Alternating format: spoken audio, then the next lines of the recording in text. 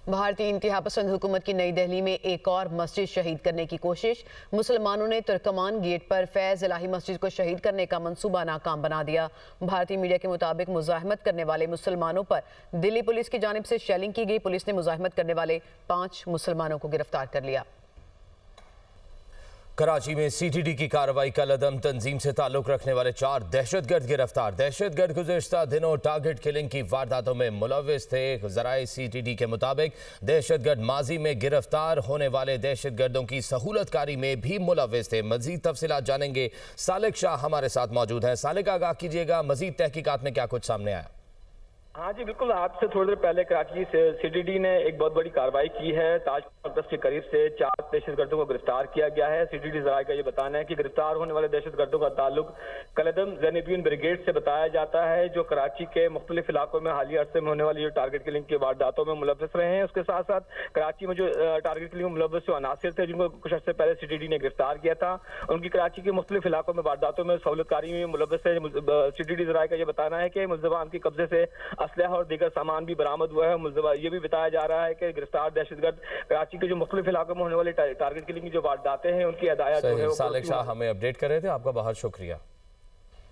वज़ीर-ए-आज़म शहबाज शरीफ की ज़ेर सदारत मुल्की बरामदात के फ़रोग़ पर जायज़ा इजलास। ज़रई बरामदात में इजाफे और तजारती खसारे में कमी के लिए लाहे अमल तैयार करने की हिदायत। कहते हैं बरामदात पर मबनी तरक्याती अहदाफ का हसूल हमारी तरजीह है। चावल की बरामदात में इजाफे के हवाले से हिकमत अमली तरतीब दी जाए। एक्सपोर्टर्स को सहूलियात फ्राहमी के हवाले से इदारा जाती इस्लाहात पर काम तेज़ करने की भी उन्होंने हिदायत की। बरामद कुनंदगान को टैक्स रिफंड के हवाले से कोई कोताही काबिल कबूल नहीं होगी, ये भी उनकी जानिब से कहा गया। पाकिस्तान रवां साल OIC के बड़े इजलास की मेज़बानी के लिए तैयार। पाकिस्तान रवां साल ख़वातीन से मुतल्लिक नवें OIC वज़ारती कॉन्फ्रेंस की मेज़बानी करेगा। OIC वज़ारती कॉन्फ्रेंस की तैयारियों का जायज़ा लेने के लिए दफ्तर ख़ारजा में इजलास हुआ।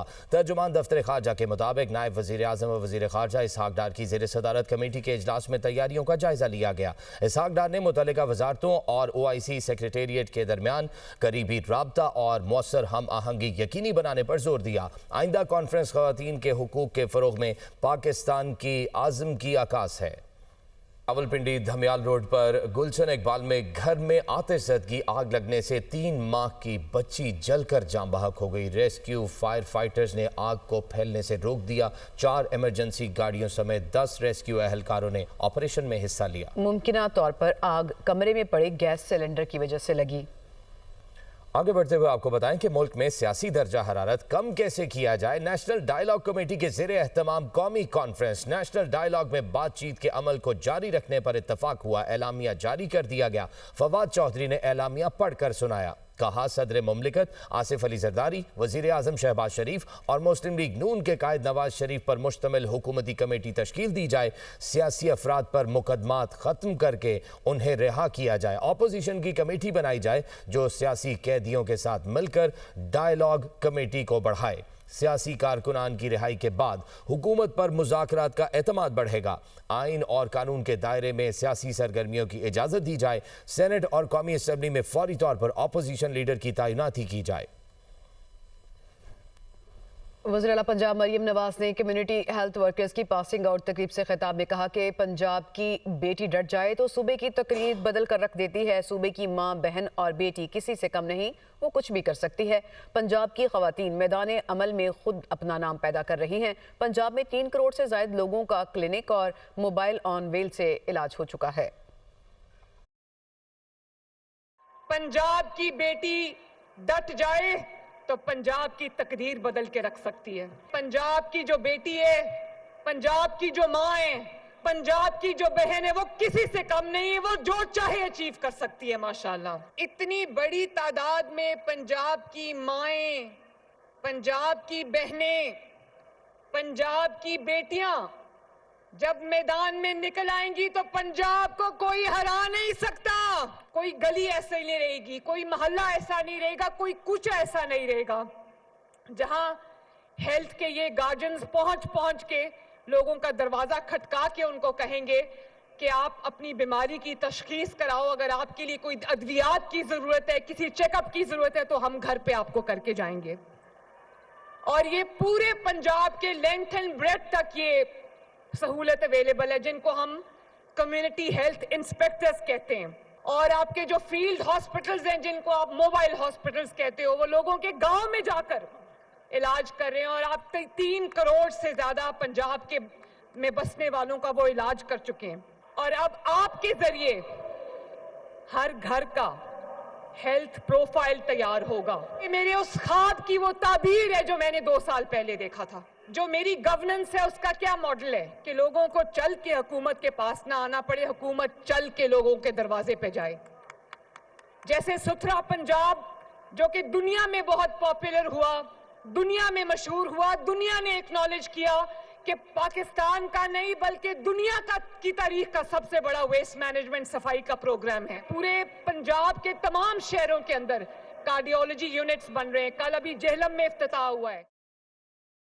सीनियर वजीर सिंध शर्जील मेमन ने कहा है कि बानी पीटीआई खुलकर तालिबान दहशतगर्दों को सपोर्ट करते हैं। पीटीआई की लीडरशिप ने पार्टी कारकुनों को गालियां देने के अलावा कुछ नहीं सिखाया। ये मुल्क के इदारों के खिलाफ घिनौना प्रोपेगेंडा कर रहे हैं। वजीर आला खैबर पख्तूनख्वा को सिंध में प्रोटोकॉल देंगे। हमारे सूबे के अवाम मेहमान नवाज हैं। हमें उनकी तर्क सियासत से एतराज़ है पीटीआई की। मुझे तो सबसे ज़्यादा एतराज़ है, मैं तो उसको मान रहा हूँ। उनके तर्क सियासत से एतराज़ात हैं। आज अगर मुल्क में जब इनके प्राइम मिनिस्टर थे, जिस तरीके से वो तालिबान की दफातर खुलवाने के लिए बात करते थे खैबर पख्तूनख्वा में, मुझे उस पर एतराज़ात हैं। जिस तरीके से वो दहशतगर्दों को उसकी हुकूमत में, इमरान खान की हुकूमत में तालिबान और दहशतगर्दों को जो जेल में थे उनको छोड़ा गया, मुझे उस पर भी एतराज़ात हैं। जो वो हमारे मुल्क के इदारों के खिलाफ एक घिनौना प्रोपेगेंडा कर रहे हैं, हमें उस पर भी एतराज़ात हैं। तो हमने सियासत पे उनके एतराज़ात हैं।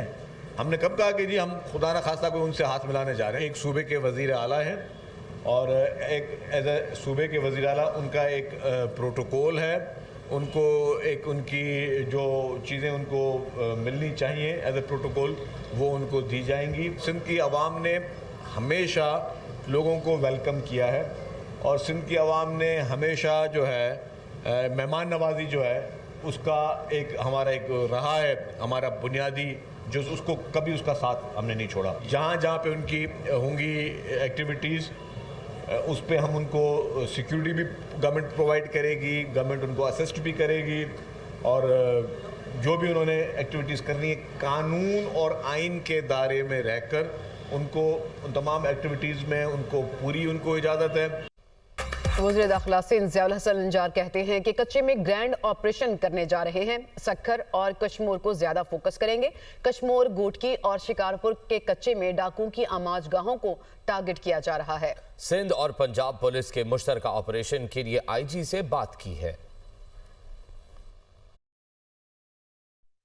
आज के बाद आगे चलकर हम जो ज़्यादा फोकस कर रहे हैं कश्मीर और घोटकी को कर रहे हैं ताकि वहाँ पर जो डाकुओं की वहाँ पर आमाज गाएँ उनको हिट करें। ऑपरेशन की तरफ जा रहे हैं और जो भी हमारे रिसोर्सेज होंगे हम यूज़ करेंगे और स्पेसिफिक टारगेट्स करके और जो भी नामी गिरामी यहाँ पर डाकू जो आपके सोशल मीडिया पर भी नज़र आ रहे होते हैं उनके खिलाफ कार्रवाई करेंगे और रूथलेस कार्रवाई करेंगे।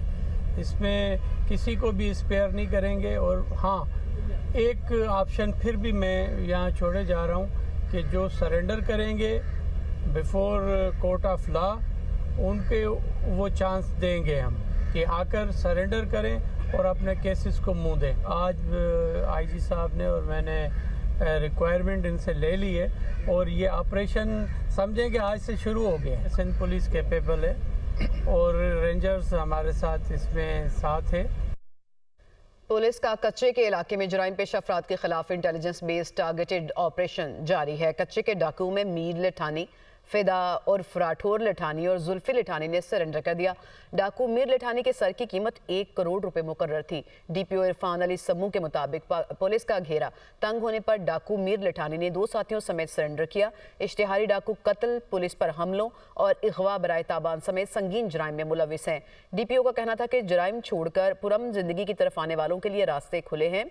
सरेंडर करने वालों को बेहतर जिंदगी गुजारने का पूरा मौका दिया जाएगा। नाकिस प्रोसिक्यूशन और कमजोर तफ्तीश के बायस मुल्जिमान बरी होने लगे। लाहौर हाई कोर्ट का मनशियात केस में 3.5 साल कैद की सजा काटने वाले मुजरिम को बरी करने का हुक्म। ट्रायल कोर्ट ने मुजरिम को 9 साल कैद की सजा सुनाई थी। मजीद जानिए इस रिपोर्ट में।